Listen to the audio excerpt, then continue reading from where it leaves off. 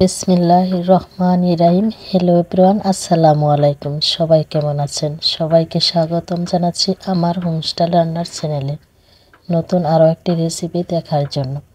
আজকে তৈরি করে দেখাবো আমি নরম তুলতুলে কীভাবে বেগুন ভাজি করা যায়। তার জন্য এখানে আমি 2টা বেগুন নিয়েছি। এখন আমি বেগুনগুলো ভাজি করার জন্য কেটে নেব। দেখেন এইভাবে আমি বেগুনগুলো কেটে নিচ্ছি। এই বেগুন ভাজি সবাই করতে পারে, কিন্তু আমি যেভাবে করি সেটাই আপনাদের মাঝে শেয়ার করছি।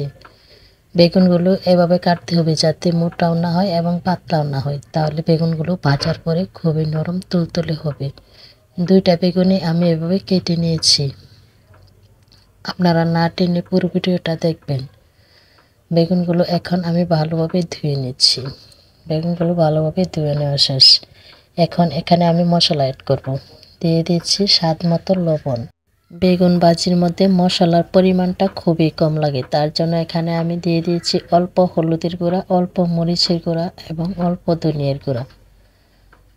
এগুলো দিয়ে ভালোভাবে হাত দিয়ে বেগুনের মধ্যে মিশিয়ে নিতে হবে।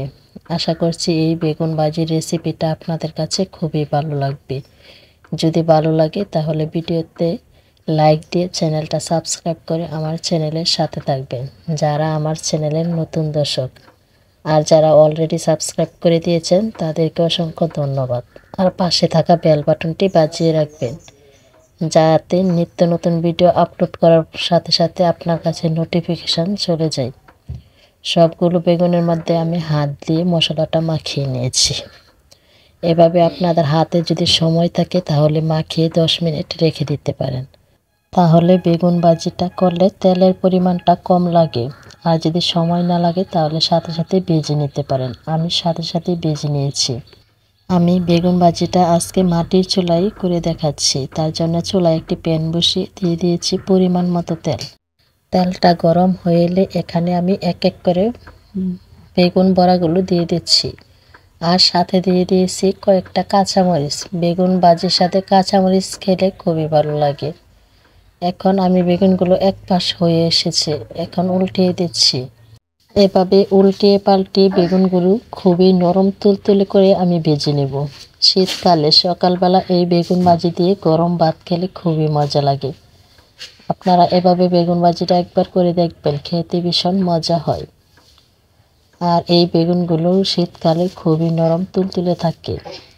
দেখেন বেগুন ভাজির কালারটা দেখতে কতটা সুন্দর হয়েছে। আর এই বেগুন ভাজিটা করতে হবে মিডিয়াম আছে। চুলার আঁচটা বেশি দিলে বেগুন ভাজিটা পুড়ে যেতে পারে। আমার বেগুন ভাজিটা হয়ে গেছে, এখন আমি এটা উঠিয়ে নিচ্ছি। এই বেগুন ভাজিটা দেখতে যতটা সুন্দর হয়েছিল, খেতে তার চেয়েও বেশি অনেক মজা হয়েছিল। আপনাদের কাছে যদি রেসিপিটা ভালো লাগে তাহলে আপনাদের ফ্রেন্ড অথবা ফ্যামিলির সাথে রেসিপিটা শেয়ার করতে পারেন। আর যারা এতক্ষণ ধরে আমার ভিডিওটা দেখছেন সবাইকে অসংখ্য ধন্যবাদ জানাচ্ছি। সবাই ভালো থাকবেন আর আমার চ্যানেলটা ঘুরে আসবেন। আমার চ্যানেলে এরকম মজার মজার আরও অনেক রেসিপি রয়েছে।